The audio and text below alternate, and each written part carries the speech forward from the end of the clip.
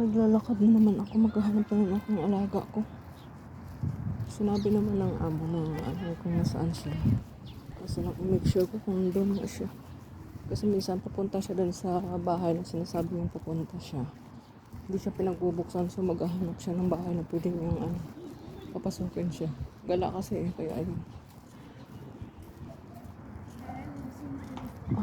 Nagising ako kanina hindi. Bumaba ako kanina ng mga 8 o'clock. Actually, 8:40 na yun. Bumaba ako. Umuulan.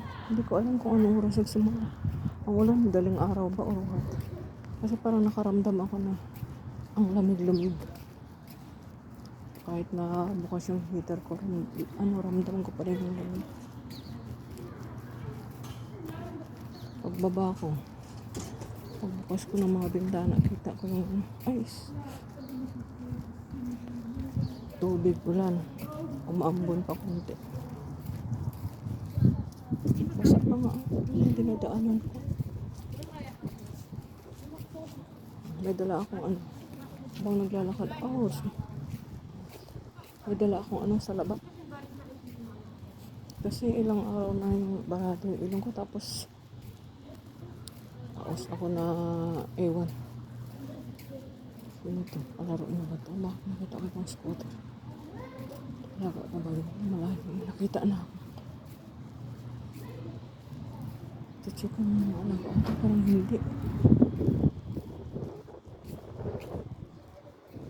Dami kasing bata Malapit lang naman mula sa bahay, mga lakarin ko mula bahay, mula dun sa aming bahay number 5 papuntang number 20.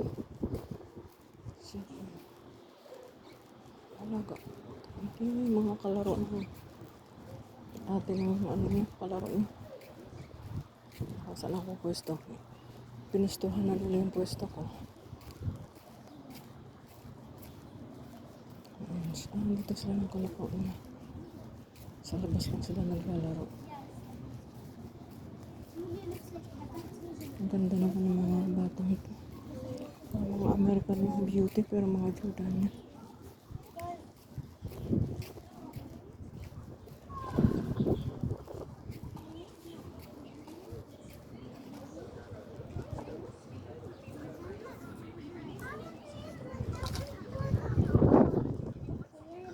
Dito tayo.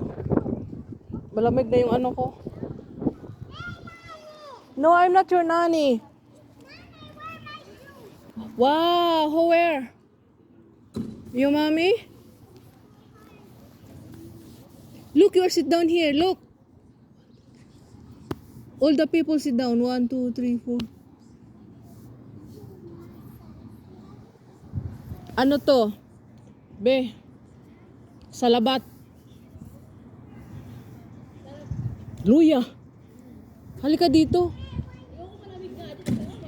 Pinagpawisan ako bakit na mamlansya ako. Siyempre mainit pa yung ko doon para mainit pa pakiramdam ko. Hindi pa ako nakaramdam ng lamig pero nag-jacket na lang ako.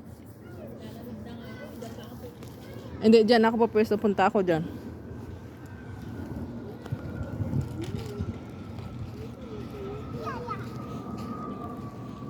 Ang ganda ng pwesto ko. Sana doon, andun sila